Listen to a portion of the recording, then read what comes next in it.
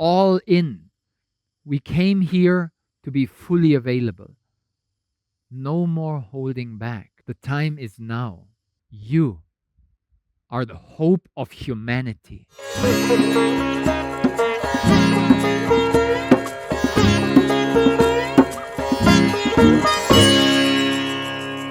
Action!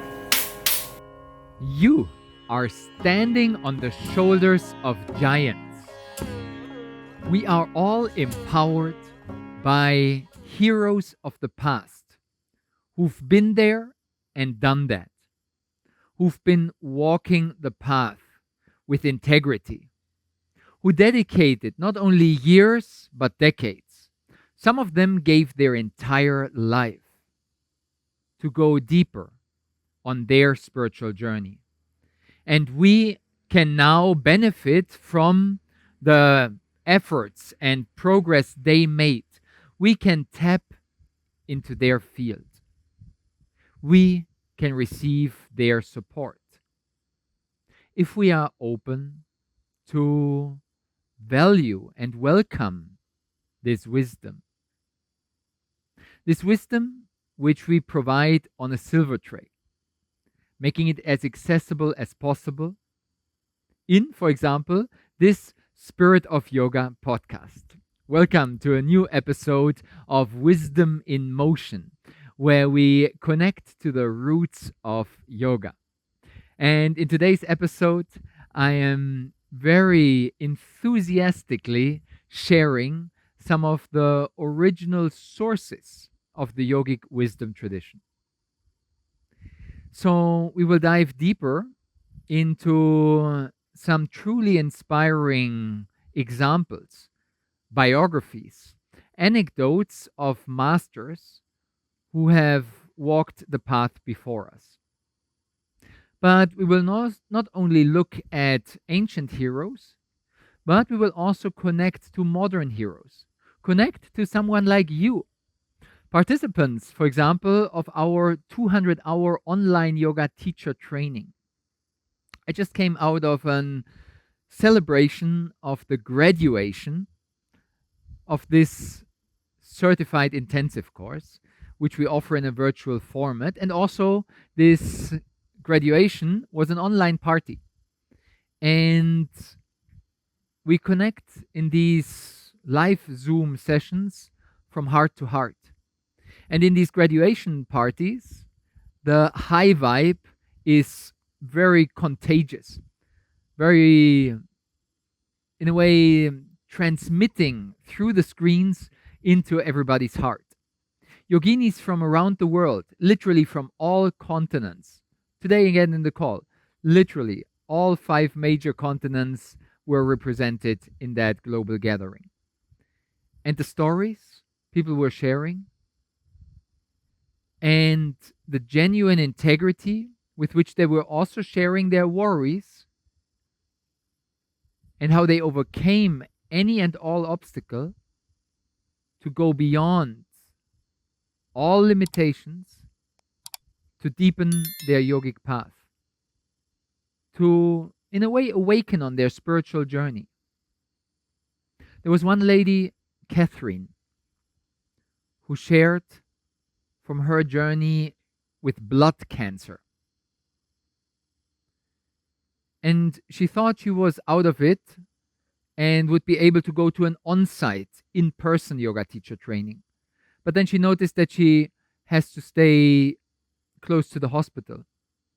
So then she luckily found our Akasha Yoga online teacher training. And she signed up for that. And she went so deep. She went all in on this journey. And yes, there were many obstacles. And in this graduation, at the end of her course, she was sharing how she overcame these limitations, how she got supported by her family, by the medical professionals, but also by our yogic community, our global family coming together. And maybe most importantly, by the practices. Do the practice, get the results. If we are actually engaging in these transformative practices of yoga, we can receive a lot of results. It's a very down to earth principle of action, reaction, cause and effect. Do the practice, get the result. And Catherine definitely got results. And she was sharing how much this yogic path supported her on her journey to overcome this blood cancer. And that reminds me directly of another student who had a similar story overcoming cancer. We just come from North India, the world yoga capital Rishikesh in the foothills of the Himalayas. We just concluded a meditation teacher training there. And afterwards, a woman came up to me and she shared her story, how she started this online version of the yoga teacher training in the middle of nature on a kayak, while she was also in the battle with her cancer. And she summarized it so eloquently how these transformative practices helped her to overcome this massive existential challenge, and how she went beyond this existential confrontation, and how she made it all the way to this pilgrimage to the motherland, how much she appreciated this heart opening family connection in India. So, on a daily basis, I have the joy and honor to witness these life changing journeys where people receive the pearls of wisdom, they put them into action, and they get the benefits. Do the practice, get the results.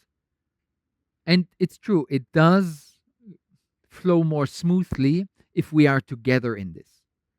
The community is of utmost importance because obviously we learn from each other.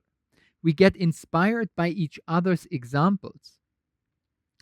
Because when you receive such a story firsthand in a group live Zoom call and one of the other participants is sharing that life changing experience, then of course it is also empowering for me. It also helps me when I'm a bit lazy, sluggish, and when I feel like, oh, like I have a bit of a flu, I'm not sure if I should do some yoga today. Like, no. In some ways, we act as accountability partners. We hold up a high standard together.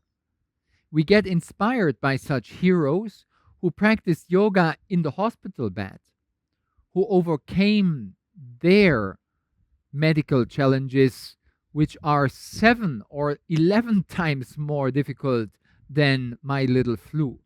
If she could do it with a cancer, I can also practice some yoga with a flu. It's okay. And then I educate myself and I learn which practices are giving the appropriate health and healing benefits. And then I apply those practices myself and I see the results in my own firsthand experience. And that empowers me then to step up my game. And if I could fix this problem with yoga, maybe I can also fix that one. And then, as a teacher, especially, you get on the fast track of the yogic evolution. It accelerates and empowers you. If your students are relying on you, because they will come with their question. As I jokingly say in the anatomy classes, your yoga students believe that you, as a yoga teacher, you're like a half physiotherapist and also a half psychotherapist. They come also with the wounds in their heart. And then, as yoga teachers, we are in a way asked to be available, to be capable, and at least a little bit more competent to support our friends, family members, clients, and students with this yogic wisdom. So I would like to educate myself more so I can help more people with their specific problems. And in this way, we accelerate our own growth. We get even more dedicated and committed. And then maybe later in your journey, you might even become a yoga therapist. Or we are offering also a yoga life coach training, taking the practice off the mat into daily life. Because many people, especially men, are not really willing and ready to come to a yoga studio with all these flexible women there. So you might be able to pick them up with some more practical daily life tools where the yogic wisdom can also support. And in this way, you grow and evolve. And in the beginning, you get a bit overwhelmed by all these amazing opportunities, so many awesome practices, where to even start. But then you get more and more enthusiastic and you follow the calling of your heart. You, in a way, tune into that intuition, what's relevant for you and what life presents to you via your students, family members. Somebody comes with a stiff neck, tight shoulder. And then, okay, how can I help that person? Oh, okay, do some shoulder rolls. Carefully, do some neck rolls. How to do them in a safe way? I would like to know that I don't injure. I want to keep my students safe. So in this way, you get on the fast track of the yogic journey. And it's not always easy. The standard archetype participant of our online yoga teacher training is a woman who says, I have 2 kids and 2 jobs. And now I have the dream to also do on top of it this 200-hour yoga teacher training online. I cannot do it in person because at the moment I cannot travel for a month to Asia, visit you in wonderful Bali. But at least I can tune in with the spirit of yoga via this podcast or via a virtual course where we bring the beauty of Bali into people's living rooms. Literally, people are watching it on their big screen smart TVs and have the Balinese beauty in high resolution, full width of their screen in their hearts. And we connect as a family. And then these heroes of daily life, these mothers, you can grow. And then you get inspired by these other students, as I was just describing, who've been stepping up their game. And then you learn about masters who've been around not only for years, but for decades. And you get to know some true heroes who literally went above and beyond, who in the beginning were also just enthusiasts getting inspired and thinking like, wow, there's so much there, like the sky's the limit. But then they discovered that the sky is only the beginning. What if we can go beyond each and every limitation, breaking free? In that liberation, finding existential freedom. Maybe even going beyond space and time and melting in this ocean of consciousness. Like the famous metaphor of the drop melting in the ocean, becoming one. The same water initially in the drop now melts and merges in the ocean of universal awareness, reunites with this consciousness of oneness, going all the way beyond the individual into the universal.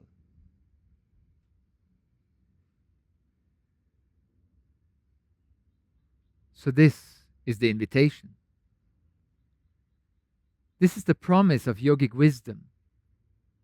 On the one hand, to overcome any and all worldly limitations.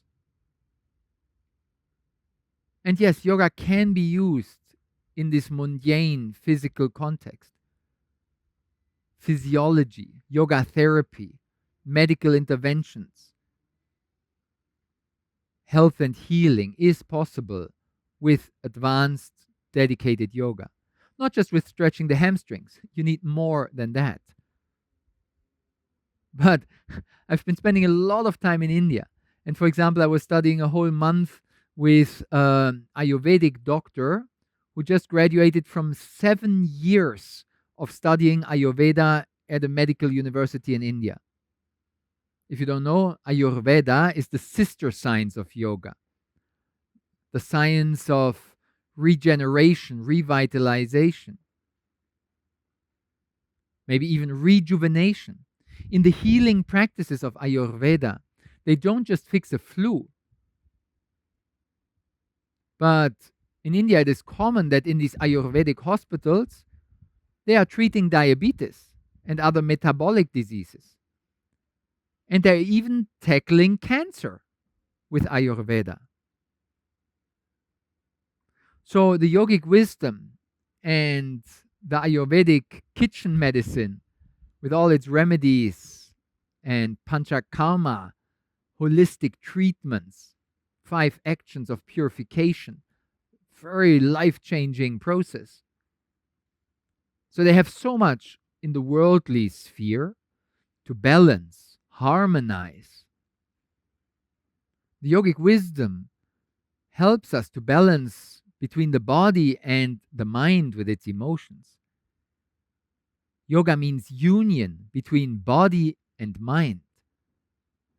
The psychosomatic diseases from the mind into the body can be fixed with yogic practices.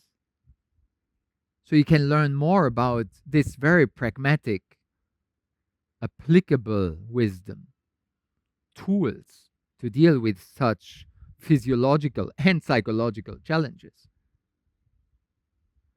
But as the definition continues, yoga means union between body, mind, and soul. But what is the soul? Any scientific definition?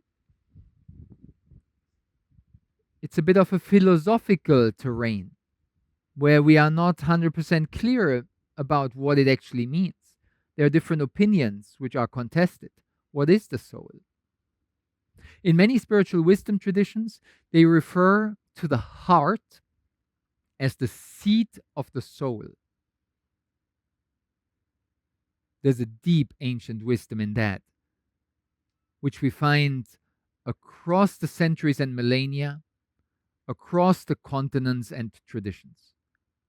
The spiritual heart, the existential core of our being.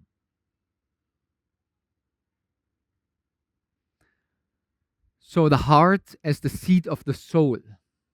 In India, for example, the Jivatman, the individual soul seated in the Hridaya, Hridaya, heart this is, in this spiritual heart. So yoga means union between body, mind, and soul. Maybe let's call it as a synonym the spiritual heart. Body, mind, and heart. How about that? But then what is frequently forgotten in the definition, when this definition is presented in a modern yoga studio drop-in class where the teacher would say, yeah, yoga means union between body, mind, and soul. And then what is happening for the rest of the class is mostly stretching the body. Even the breath is mostly ignored, even though the breath is correlated with prana, and in pranayama, the yogic breath work, we work with prana. Nobody really explains what prana is about in pranayama. The breath is neglected in modern asana practice. So the almost exclusive focus is on the body, not really on the prana, not much on the mind, and the soul is kind of like a blind state, kind of a wild card. We don't really know about that one. And it's not really clarified in this fitness center yoga class. It's good. People get the benefit on the physical body. That also radiates into the prana, the life force, and into the mind. People feel great after it. Amazing. But there's something missing in the clarity. Yoga means union between body, mind, and soul. Body, mind, and heart, as I was suggesting. But the definition is actually one more. Yoga means union between body, mind, soul, and spirit. What is the spirit? Is it related to the liquor store? Not in the closer sense. Spirit is a synonym for the one, beyond the two. Manifestation is characterized by duality. Good and bad in past and future is where the mind tends to move. And physical manifestation is made up of small and big, left and right, up and down, forward and backward, near and far. All of this is duality. Can be reduced to a black and white. Actually, it is multiplicity. But out of the multiplicity, we simplify, we oversimplify, and distill down the this and the that, the good and the bad, the past and the future. And then we, in a way, boil it down to this oversimplified duality. So out of the complexity of multiplicity, we go, keep it simple, into duality. Out of multiplicity into duality. But don't stop there. Discover the beauty of simplicity in unity.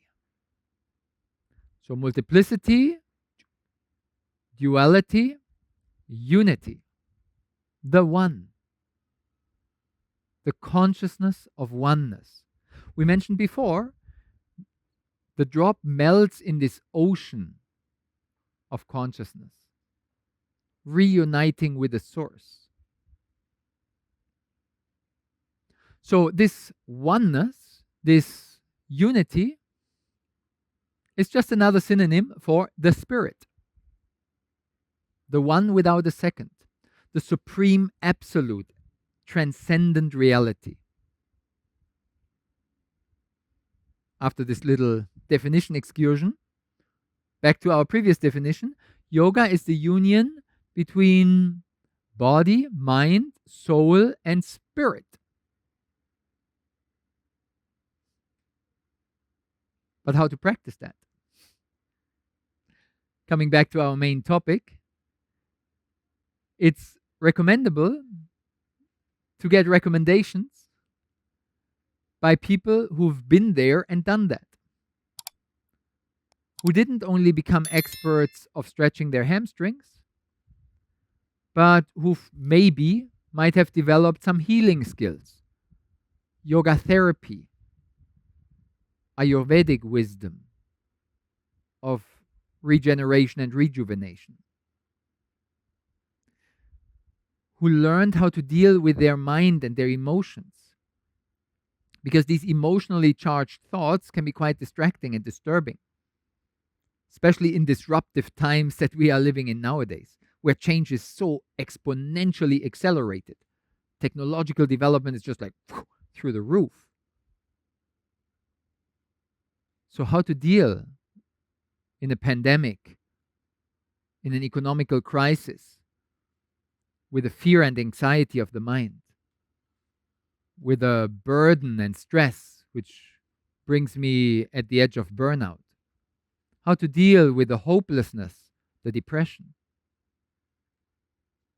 Yoga and psychotherapy have significant overlaps. I studied psychology and psychotherapy for almost a decade in my 20s at the university. And then I, of course, discovered the overlaps between psychology and yogic wisdom traditions and how they go hand in hand and can support one another. But ideally, we don't just exclusively deal with body and mind, but yoga is the union between body, mind, soul, the heart. We're not just talking about the emotions here, but about the spiritual heart, the seat of the soul, and the spirit. Because yoga is originally conceived of as a spiritual path. The original roots of yoga, unmistakably, undeniably, were rooted in a spiritual quest, in a search for the one spirit. And all of the other practices of body and mind are just auxiliaries, meaning they are helping, supporting that spiritual journey. And yes, there were masters who became experts in all of those different fields of body, prana, the energy, vital life force, the mind and its emotions, the intellect and its wisdom, the spiritual heart. The Sufis, the mystics of the Persian tradition, sometimes called themselves physicians of the heart, doctors of the soul. Not in a literal physical sense. They were not cutting open in a cardiac surgery the chest. No, no.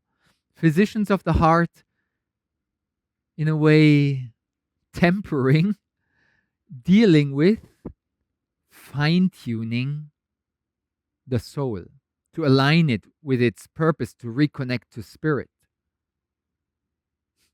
In Sufism, they sometimes call the heart a divine mirror. And then metaphorically, they say, we are polishing the mirror of the heart so that my individual heart can reflect the universal heart of the divine more beautifully. Sounds like poetry. But as I was inviting the participants of our India pilgrimage, which we just concluded a few weeks ago, I invited them while we were walking on the sacred land in India, on the shores of the holy river Ganga. I invited them to step gracefully and to be a poet, to live the first-hand actual experience of a mystical poet, of a nature mystic who's open to stand wrapped in awe and see the wonder of life. What a wonderful world.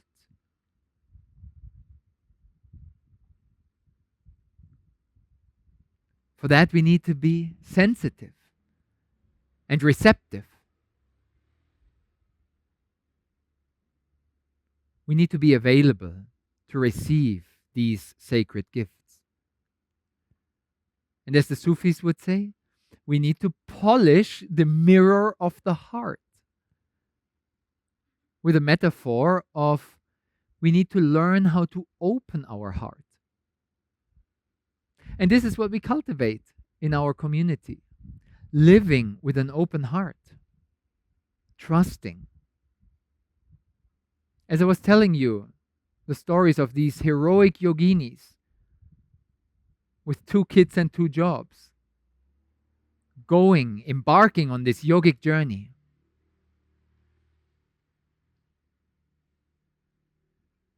And then others being challenged, even with terminal diseases, but trusting in the process. In yoga, we even have the art of dying. Because sometimes, sooner or later,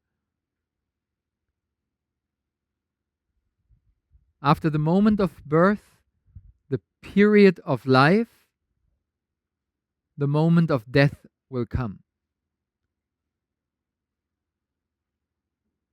And in this art of dying, the yogis help us to prepare for this period of being dead.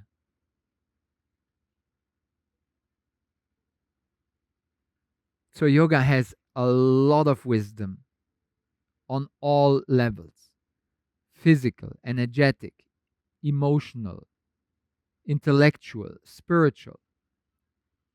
There's so much to discover. So I encourage you to go deeper on this path, to get inspired by dedicated practitioners in your community, and then to also discover these masters who've been practicing not only for years but for decades, who received wisdom from their lineages. I remember as a maybe 21-year-old youngster coming to Dharamshala, the home of the Tibetan Buddhist community in northern India, where the Dalai Lama lives in exile together with the Tibetan Buddhist community. And I was blessed to meet the Dalai Lama from the distance there. And I was honored, yet not ready, to sit with another famous Lama there in a small room with a small group.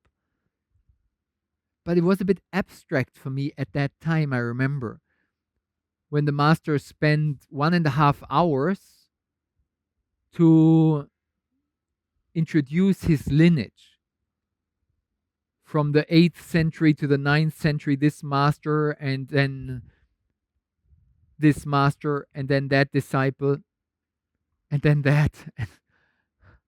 On top of it, it was with translation, not in English, but he was speaking Tibetan language. So I didn't really get the point as a youngster there. It's kind of like, wow, it's a bit puzzling. It's like, I'm not sure. And I didn't come back. I was not ready for it yet.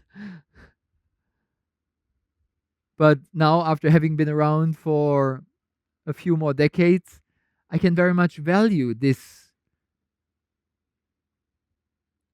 profound impact that we receive from this living tradition, from this lineage of the wisdom being passed on from teacher to student. So there's a whole direct transmission happening, which we can only partially pick up from books. It's a living tradition. It, in a way, requires the example, the lived experience of the practitioner who has been going so strong for years and decades on the path, who has overcome their own obstacles and became an acharya, one who's sitting strong in the foundation of the yogic practices, and who can then transmit them.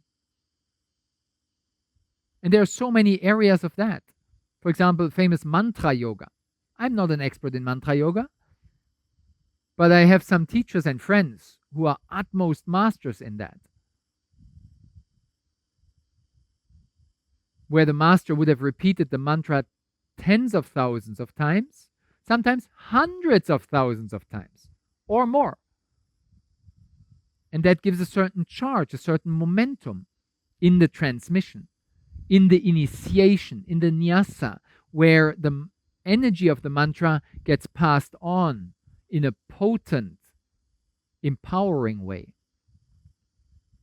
So there are whole secret approaches of this esoteric transmission. We usually, in modern times, misuse the word esoteric. Esoteric is like a synonym for alternative, kind of a bit far out type of spiritual stuff. Esoteric literally translates as inner circle. And the opposite is exoteric, the outer circle. At the circumference, in the periphery, are the people at the outside. And they only see from the distance. They don't get initiated into the advanced stuff. That's only happening in the inner circle, in the esoteric. They call it the kula, which is like the core of the community. We would say the heart of the Sangha.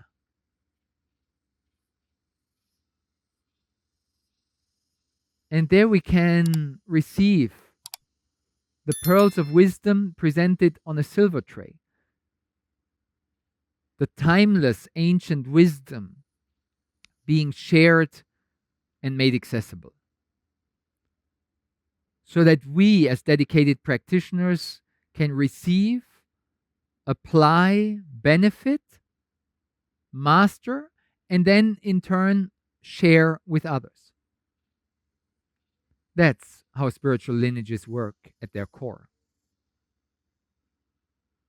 And I encourage you to look at some of the grand masters of the yogic tradition.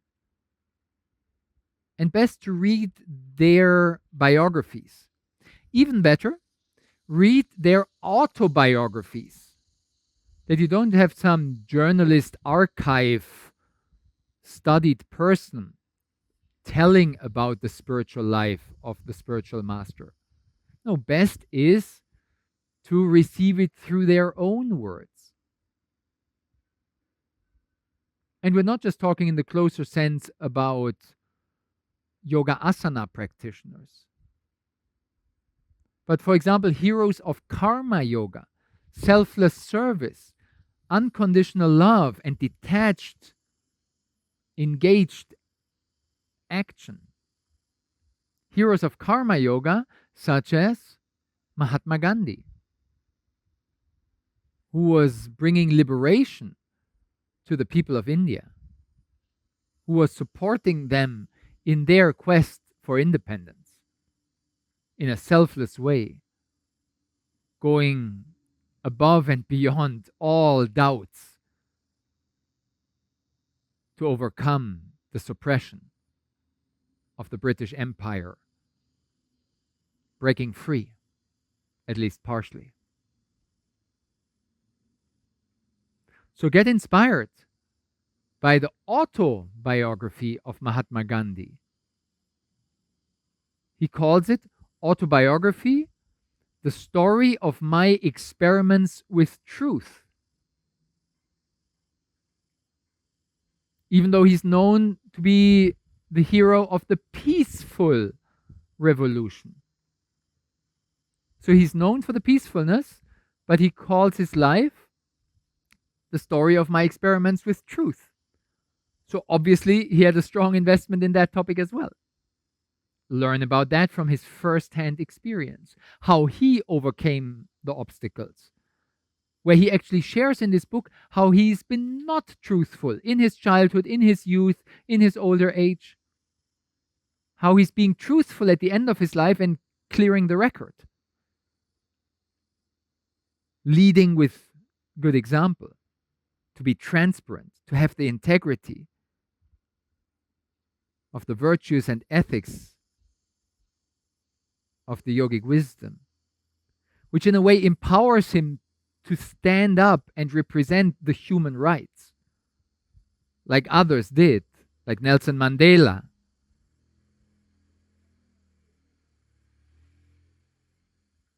who spent 25 years in prison before he could manifest his vision of some more equality between black and white people in South Africa. Or Martin Luther King Jr., who had this marvelous dream, which at least partially came true. Get inspired by the real deal. Listen again to this epic, emblematic freedom speech of Martin Luther King Jr. I have a dream that one day, take a moment to listen to the original and allow your heart to be touched.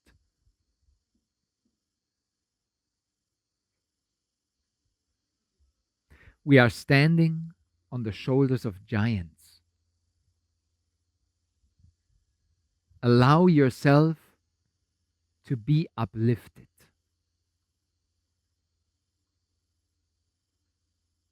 Overcoming doubts and mediocrity. Committing to go all the way.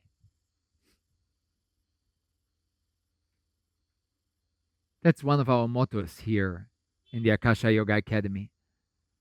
And I was bringing it again to the participants of our last India pilgrimage. All in. We came here to be fully available. No more holding back. The time is now. You are the right person in the right place, wherever you're at, to do the appropriate thing. Standing up for justice, for the righteousness on this planet. If not you, who else will do it? Shine your light. Be the change you wish to see in the world.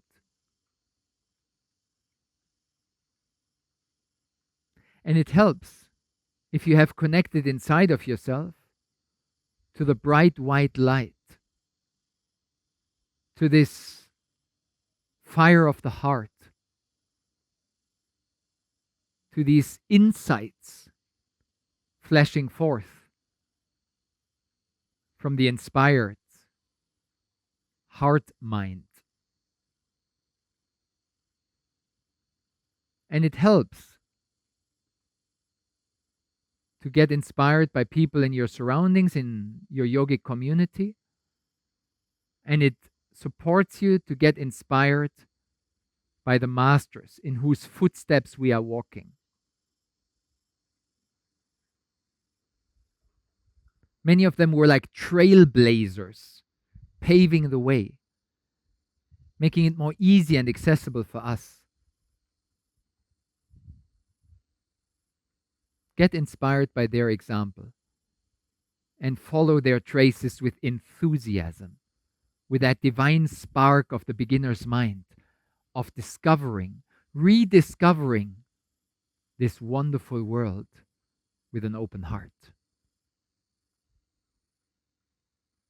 And in this way, you enjoy every step of the journey, and you will certainly inspire others on the way. And then you get more and more keen, and you read the autobiography of a yogi by Paramahamsa Yogananda. And then you get inspired to share it, this wisdom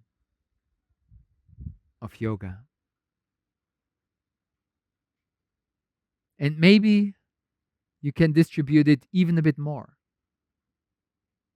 Maybe not as far as the founder of Apple, iPhone maker, co-founder of Apple, Steve Jobs. He read the autobiography of a yogi. He came to a pilgrimage to India, and he was so deeply inspired that he made sure that on his funeral, which came all too early, he made sure that each and every attendee received a special edition hard copy of the autobiography of a yogi. That was the message that Steve Jobs left with us, in addition to a new version of the iPhone, which from his perspective was like decoration, a secondary gadget.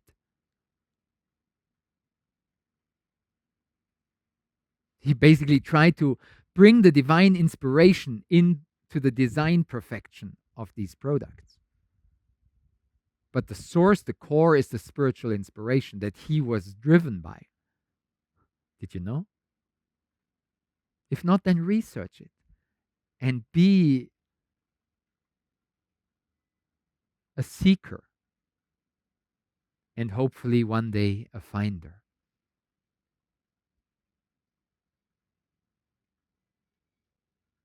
I trust that we'll find ways to go deeper. I trust that this divine spark within you gets a chance to shine. I hope that not only your interest got triggered, but that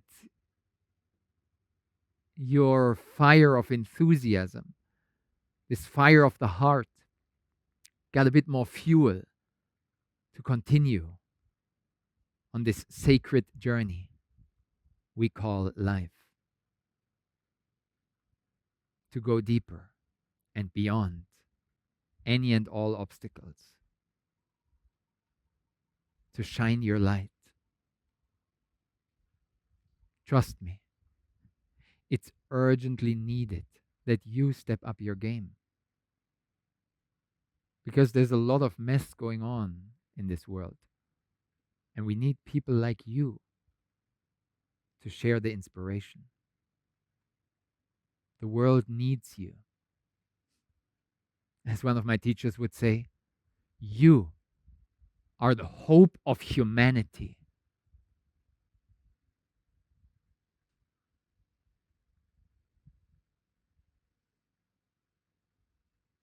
Thank you for carrying on the torch. Thank you so much for being on this journey together. Blessings from the heart of Bali. Best wishes for your journey back home, back into the heart. This was the Spirit of Yoga podcast. Thank you for staying all the way, going all the way till the end. And I'm very much looking forward to go deeper together. Love you all the best, and namaste.